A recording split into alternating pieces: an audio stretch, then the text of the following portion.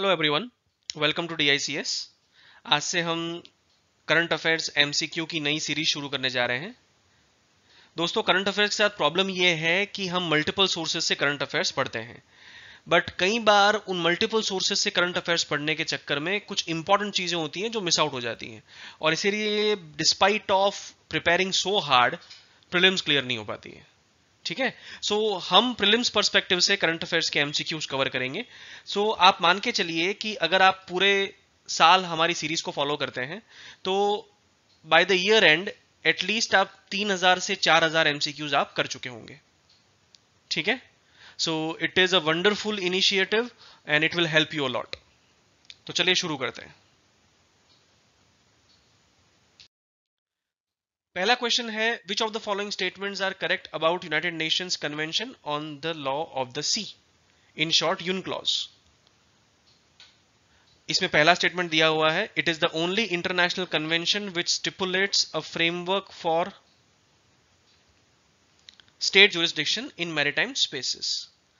सो यहां पे हमें यह बताया जा रहा है कि क्या वो अकेला ऐसा इंटरनेशनल कन्वेंशन है जो मैरीटाइम फ्रेमवर्क से डील करता है या state jurisdiction in maritime spaces से डील करता है। दूसरा स्टेटमेंट है, it divides maritime areas into 5 main zones. And तीसरा स्टेटमेंट है, it provides specific guidance for states rights and responsibilities in the marine areas. अब दोस्तों, ऐसे क्वेश्चन में एक चीज हमेशा आप याद रखिए कि अगर कुछ गलत नहीं लग रहा है प्राइमा फेसी तो सारे स्टेटमेंट सही होने के चांसेस हैं। ठीक है। जब भी ऐसे ऑर्गेनाइजेशन के बारे में क्वेश्चन आते हैं, जैसे ये पर्टिकुलर क्वेश्चन है यूनक्लॉज के बारे में, ठीक है ना, तो जब भी ऐसे किसी ऑर्गेनाइजेशन के बारे में क्वेश्चन आते हैं तो आप एक चीज मान के चलिए कि अगर कुछ प्राइमा फेसी गलत नहीं है तो सारे स्टेटमेंट सही होने के चांसेस है। हम देख सकते हैं यहाँ पे इसका answer all of the above है। पहला स्टेटमेंट भी सही है, दूसरा भी सही है और तीसरा भी सही है। So it is the only international convention which stipulates a framework for state jurisdiction in maritime spaces. It divides marine areas into 5 main zones. वो कौन से हैं वो हम देखते हैं। And it provides a specific guidance for states' rights and responsibilities in marine areas. So answer is all of the above. अब ये पर्टिकुलर क्वेश्चन पूछने के पीछे लॉजिक ये है कि आज का अगर आप न्यूज़पेपर देखें तो उसके अंदर सेंटर ने सुप्रीम कोर्ट को बताया है कि जो आर्बिट्रेशन ट्रिब्यूनल ने जजमेंट पास किया है in favour of Italy marines, तो वो जजमेंट हम एक्सेप्ट करते हैं। आपको याद होगा आज से कुछ साल पहले, 5-6 साल पहले, इटालियन मरीन्स ने केरला फिशरमैन को गोली मारी थी।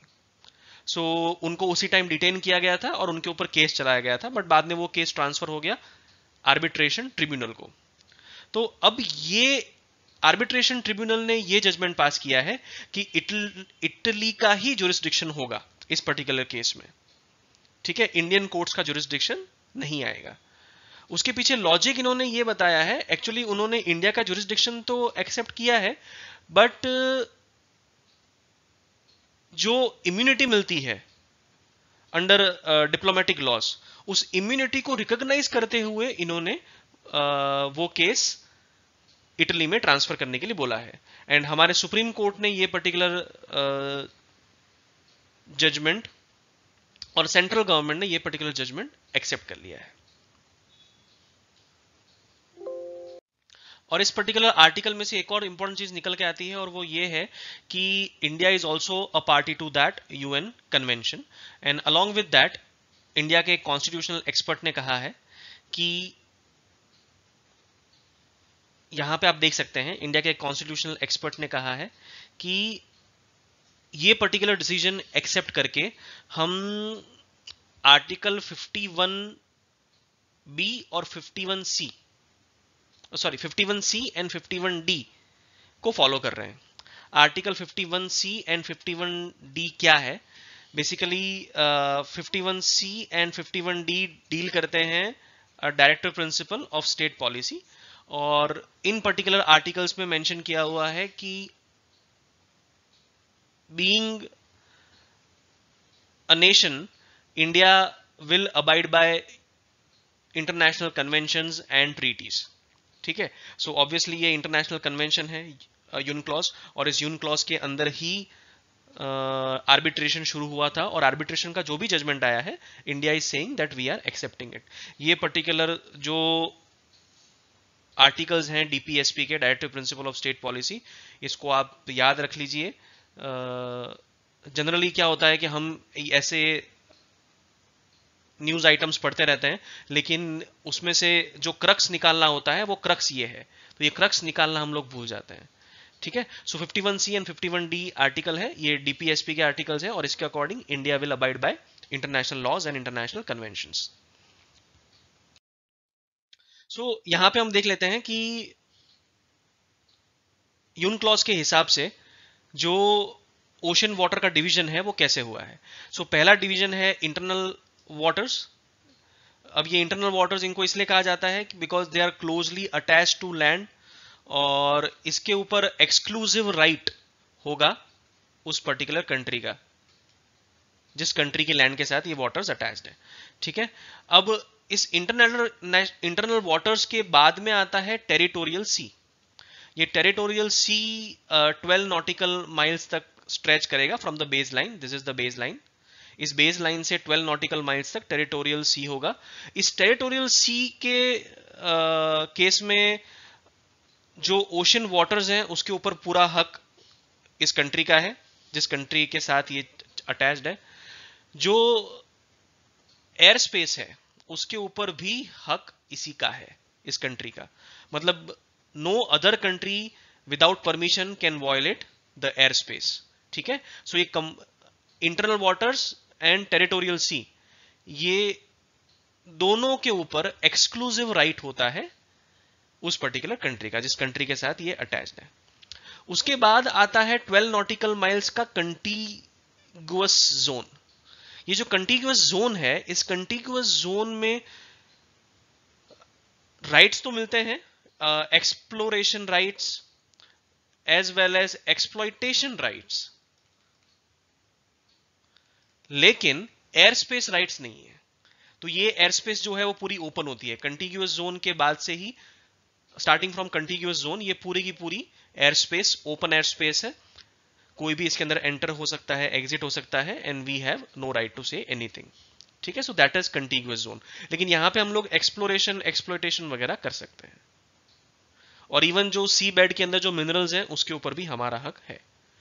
उसके बाद में इस कंटीगुअस जोन से लेकर और टेरिटोरियल सी के खत्म होने के बाद वो 200 नॉटिकल माइल्स का जो एरिया है स्टार्टिंग फ्रॉम बेस लाइन, उसको हम कहते हैं एक्सक्लूसिव इकोनॉमिक जोन। सो ऐसा कहा जाता है कि एक्सक्लूसिव इकोनॉमिक जोन एक्सटेंड होता है 200 नॉटिकल माइल्स तक फ्रॉम बेस लाइन। ठीक है, बट ये वाला 12 नॉटिकल माइल्स का टेरिटोरियल सी है, उसके बाद में कंटीगुअस जोन है, और कंटीगुअस जोन से लेके आगे का जो रास्ता है that is exclusive economic zone. So यहां पे सिर्फ एक्सप्लॉइटेशन का ही अधिकार है और कुछ नहीं, exploration and exploitation, no other right is available. ठीक है, और फ्री मूवमेंट यहां पे होता है, हम किसी को भी रोक नहीं सकते हैं। अगर कोई भी मरीन शिप यहां से गुजरना चाहता है तो गुजर सकता है इजीली, लेकिन यहां पे कंटीगुअस जोन में परमिशन लेनी पड़ती है। और इसके बाद का जो एरिया है, इस एरिया को हम हाई सीज कहते हैं, और हाई सीज के ऊपर किसी का भी कोई राइट नहीं है। They are also called as common property of mankind. Okay, now question 2 is which of the following statements are correct about maritime zones demarcated by law of the sea? First statement is each coastal state has a full sovereignty over its internal waters as like its land territory. ये हम देख चुके हैं हमारे discussion में, पहले वाले discussion में, कि ये स्टेटमेंट सही है, पूरी की पूरी सोवरेनिटी है इंटरनल वाटर्स के मामले में। Second, as far as contiguous zones are concerned they give jurisdiction to a state on the ocean surface, floor and air space. तो ये गलत इसलिए है बिकॉज एयर स्पेस के ऊपर जुरिस्डिक्शन नहीं है। ठीक है, यहां पे एयर स्पेस लिखा है, एयर स्पेस के ऊपर जुरिस्डिक्शन नहीं है, सिर्फ सरफेस के ऊपर है और फ्लोर के ऊपर है। तीसरा, exclusive economic zone does not give a coastal state the right to prohibit or limit the freedom of navigation. ये स्टेटमेंट बिल्कुल सही है कि एक्सक्लूसिव इकोनॉमिक जोन में सिर्फ एक्सप्लोरेशन और एक्सप्लोइटेशन का ही राइट होता है, इसमें हम प्रोहिबिट नहीं कर सकते हैं फ्रीडम ऑफ नेविगेशन को। ठीक है, सो इसका आंसर है 1 and 3 as we have discussed।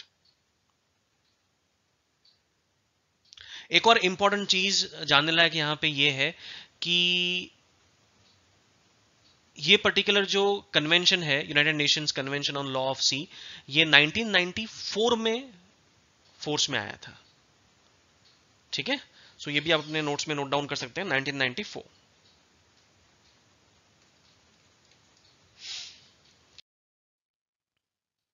So fishing community ने ऑपोजिशन किया है कि हमारे साथ गलत हो रहा है, बट क्या कर सकते हैं, इंटरनेशनल लॉ है and we have to abide by international conventions.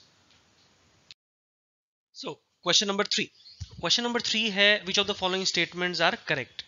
So यहां पे आपको बहुत केयरफुली ध्यान रखना है कि करेक्ट पूछा है या इनकरेक्ट पूछा है। यहां पे हमसे पूछा है करेक्ट। पहला स्टेटमेंट है the line of control is the demarcation that separates Indian control territory from Chinese control territory. अब ये तो एक बच्चे को भी पता है कि जो एलओसी है वो पाकिस्तान वाली है, इंडिया पाकिस्तान की लाइन है, एंड जो एलएसी है, लाइन ऑफ एक्चुअल कंट्रोल, वो इंडिया एंड चाइना के बीच की लाइन है।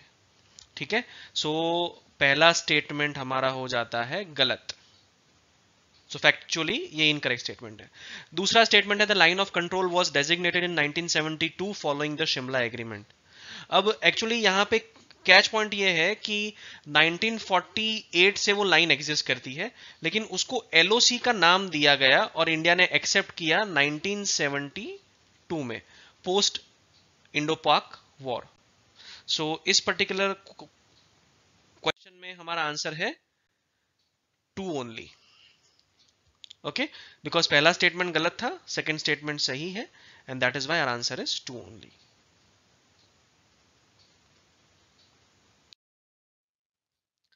ये पर्टिकुलर क्वेश्चन इसलिए अराइज होता है because you must be aware कि अभी अभी हमारे पीएम ने लद्दाख विजिट किया है लाइन ऑफ एक्चुअल कंट्रोल को to oversee the preparations, and that is why LAC is in news, but LAC के साथ साथ एलओसी के ऊपर भी क्वेश्चन आ सकते हैं।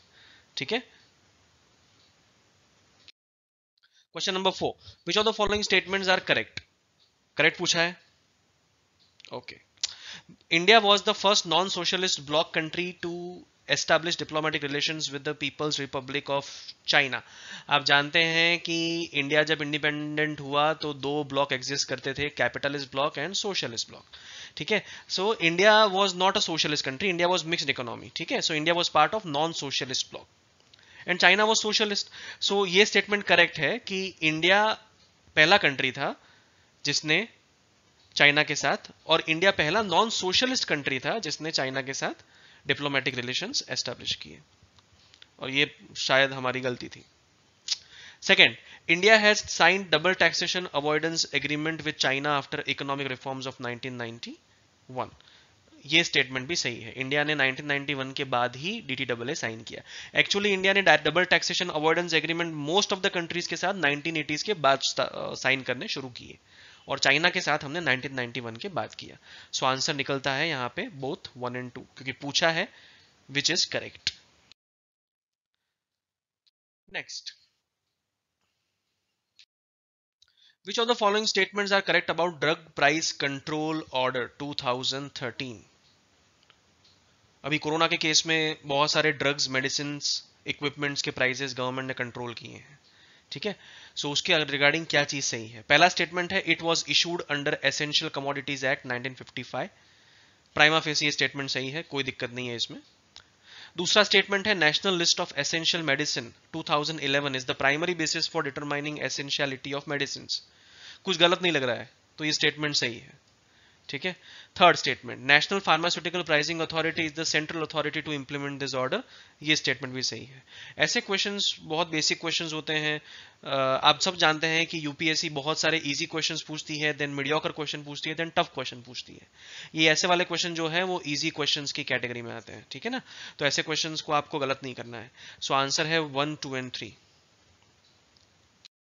अब यहाँ पे कुछ इंपॉर्टेंट चीजें हैं जो मैं आपके साथ डिस्कस करना चाहता हूँ।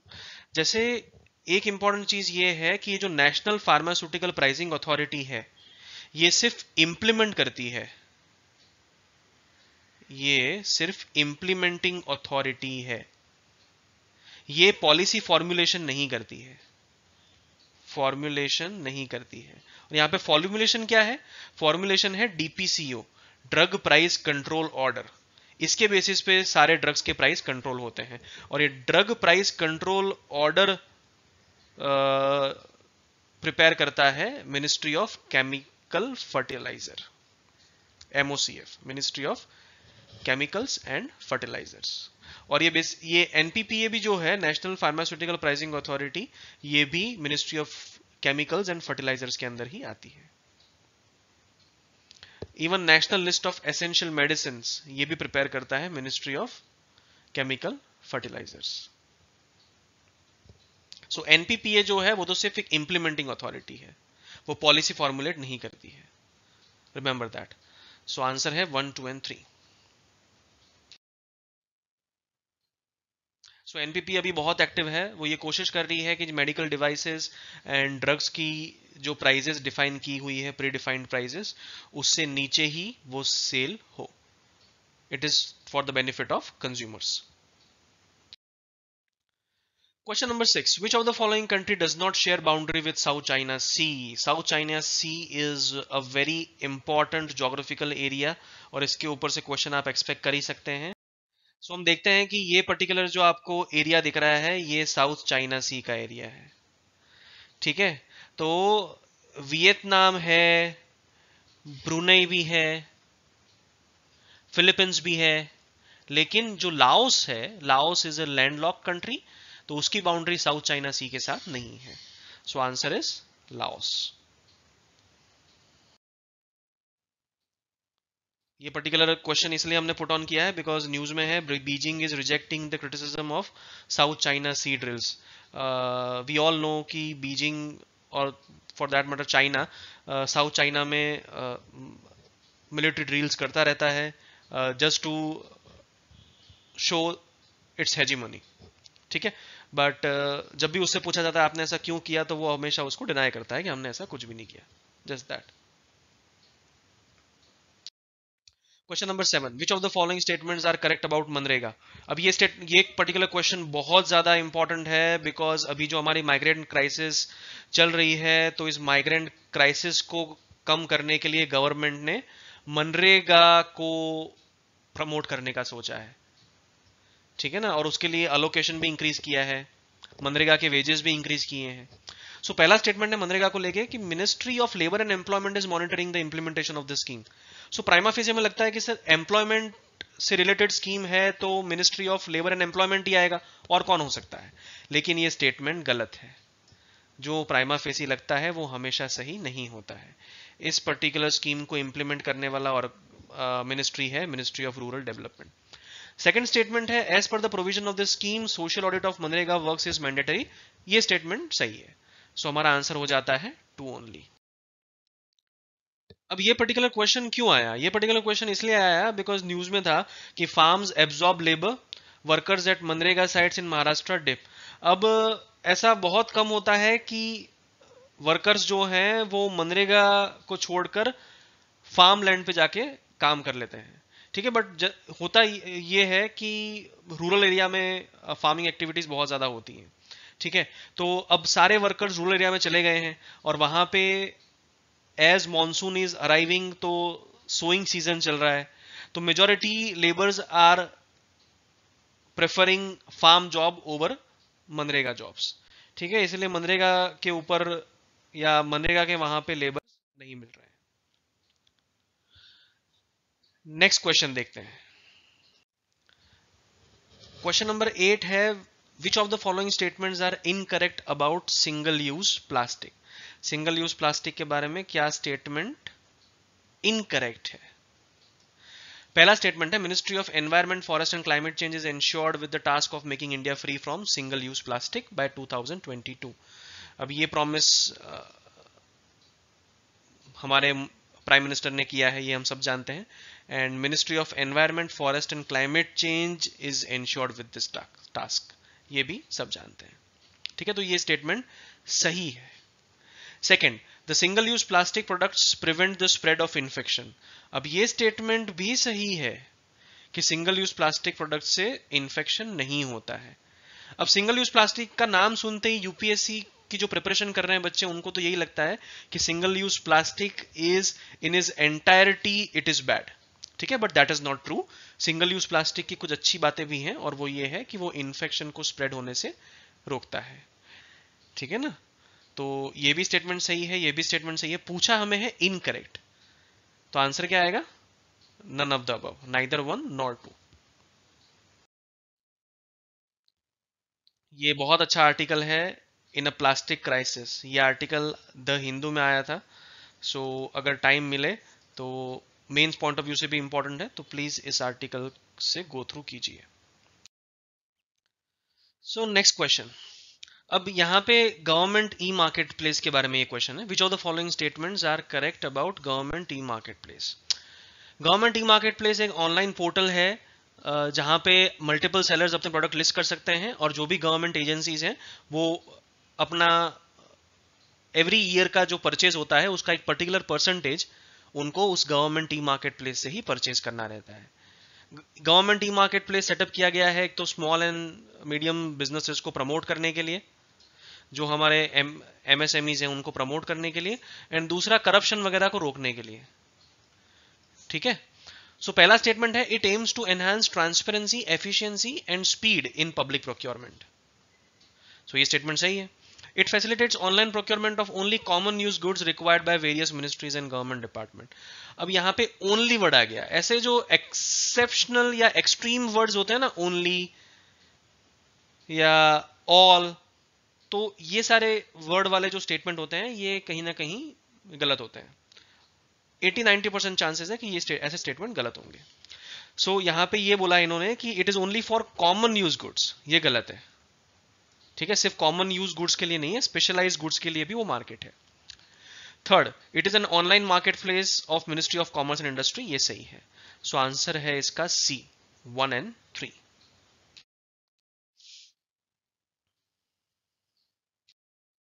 Question number 10, which of the following statements are correct about emergency credit line guarantee scheme? अभी emergency credit line guarantee scheme जो है, ये जो आपको 20 लाख करोड़ का पैकेज अनाउंस हुआ है ना, उस पर्टिकुलर पैकेज का पार्ट है। पहला स्टेटमेंट है स्कीम को लेके, under the scheme 100% guarantee coverage to be provided to eligible MSMEs and interested Mudra borrowers. तो 100% गारंटी कवरेज है, ये बात बिल्कुल सही है। तो अगर डिफॉल्ट करता है बोरोवर तो बैंक को 100% पेमेंट करेगी गवर्नमेंट, ऐसा बोला है।